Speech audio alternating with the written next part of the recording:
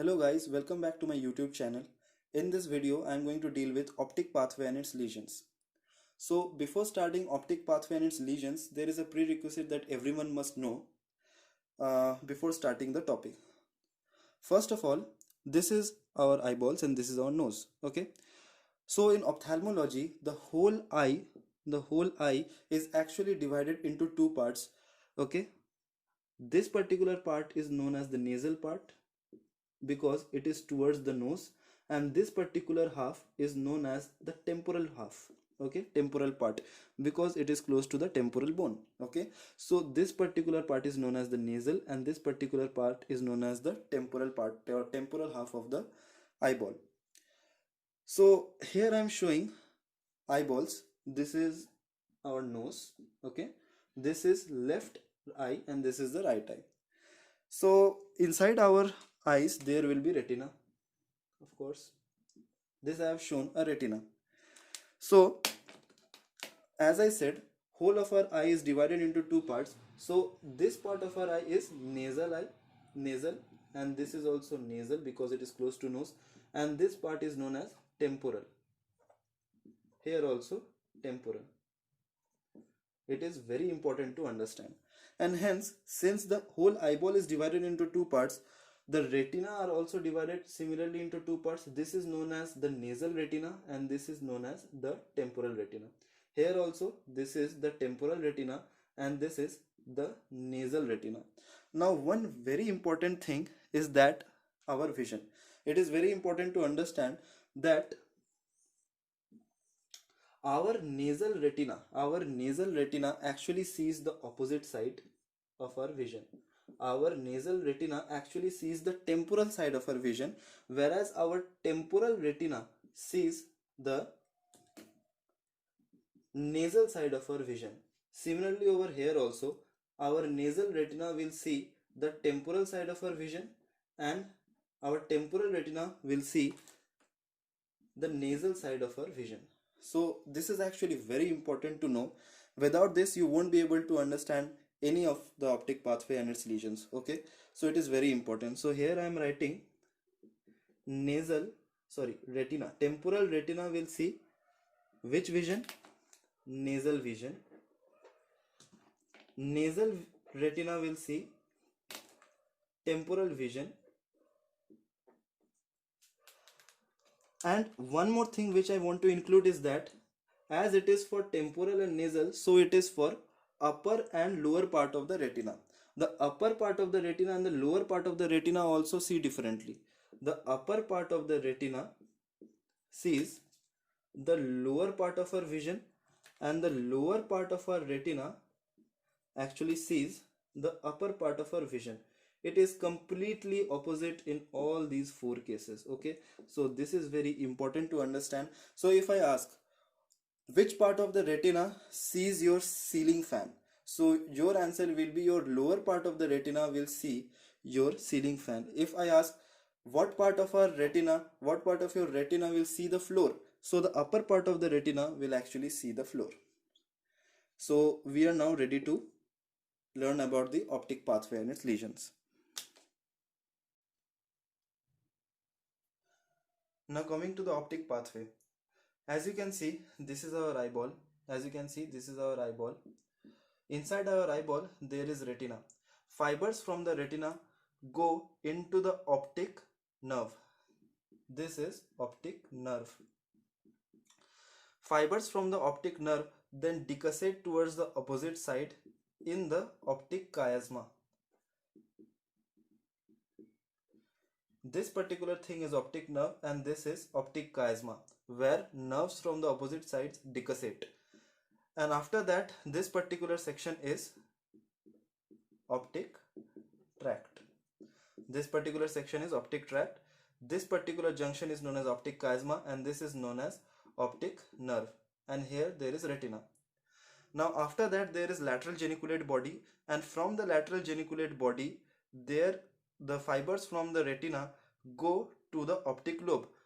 This is our sensory receptors. The retina is our sensory receptors, and eventually all the fibers from the retina from both the eye have to go to the optic lobe. Okay, So the fibers which go from the lateral geniculate body to the optic lobe is known as geniculocalcarine fibers. Now I will draw the geniculocalcaline fibers later because there is much thing to be told over there. Okay.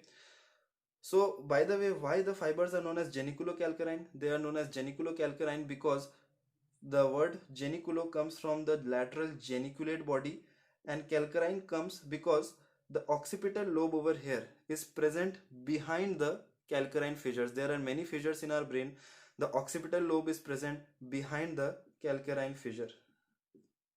That's why the pathway is known as geniculocalcarine fibers. Okay. Now, how actually the fibers go from the retina to the occipital lobe? To understand this, let's draw the hemiretina of the left eye. This is left eye and this is right eye. This is the nasal part, sorry, this is the temporal part of the left eye. This is the nasal part of the left eye. This is again the nasal part and the temporal part of the right eye. So here I have drawn the hemiretina or the temporal side of the retina of the left eye, and here I have drawn the temporal side, nasal side of the retina of the right eye. And here is nasal side of the retina of the left eye and temporal side of the retina of this left eye. So these actually constitute whole of the retina. Now fibers from both the retina of all the four hemiretinas will go into the optic nerve. So these nerves will come like this. Similarly, now there is very one important thing, that as I told, in the optic chiasma area, the fibers from both the eyes will decussate. But you have to remember that not all the fibers actually decussate on both the sides. You have to remember that the temporal side of the fibers remain on the same side, whereas the nasal fibers decussate. The nasal fibers will decussate, but the temporal fibers will not decussate. They will remain on the same side. Hence, the diagram will be, as I told, the temporal fibers will not decussate. The temporal fibers will remain on the same side. So, temporal fibers will go like this.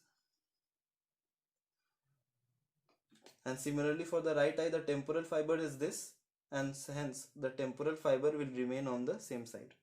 Now I told that nasal fibers will decussate towards the opposite sides. Now this is the nasal fiber of the right eye. This will go like this.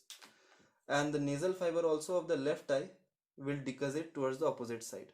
These nasal fibers went towards the opposite side, but the temporal fibers actually remained on the same side. So this is a very important concept you have to know while drawing the optic pathway. Now, once the optic pathway reaches the lateral geniculate body,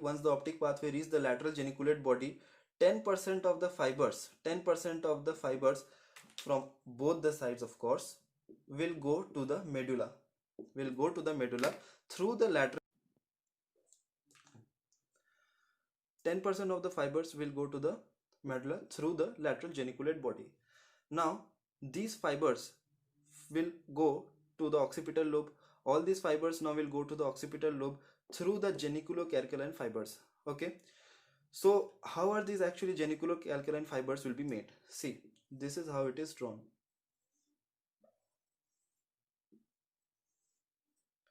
Similarly, on the other side.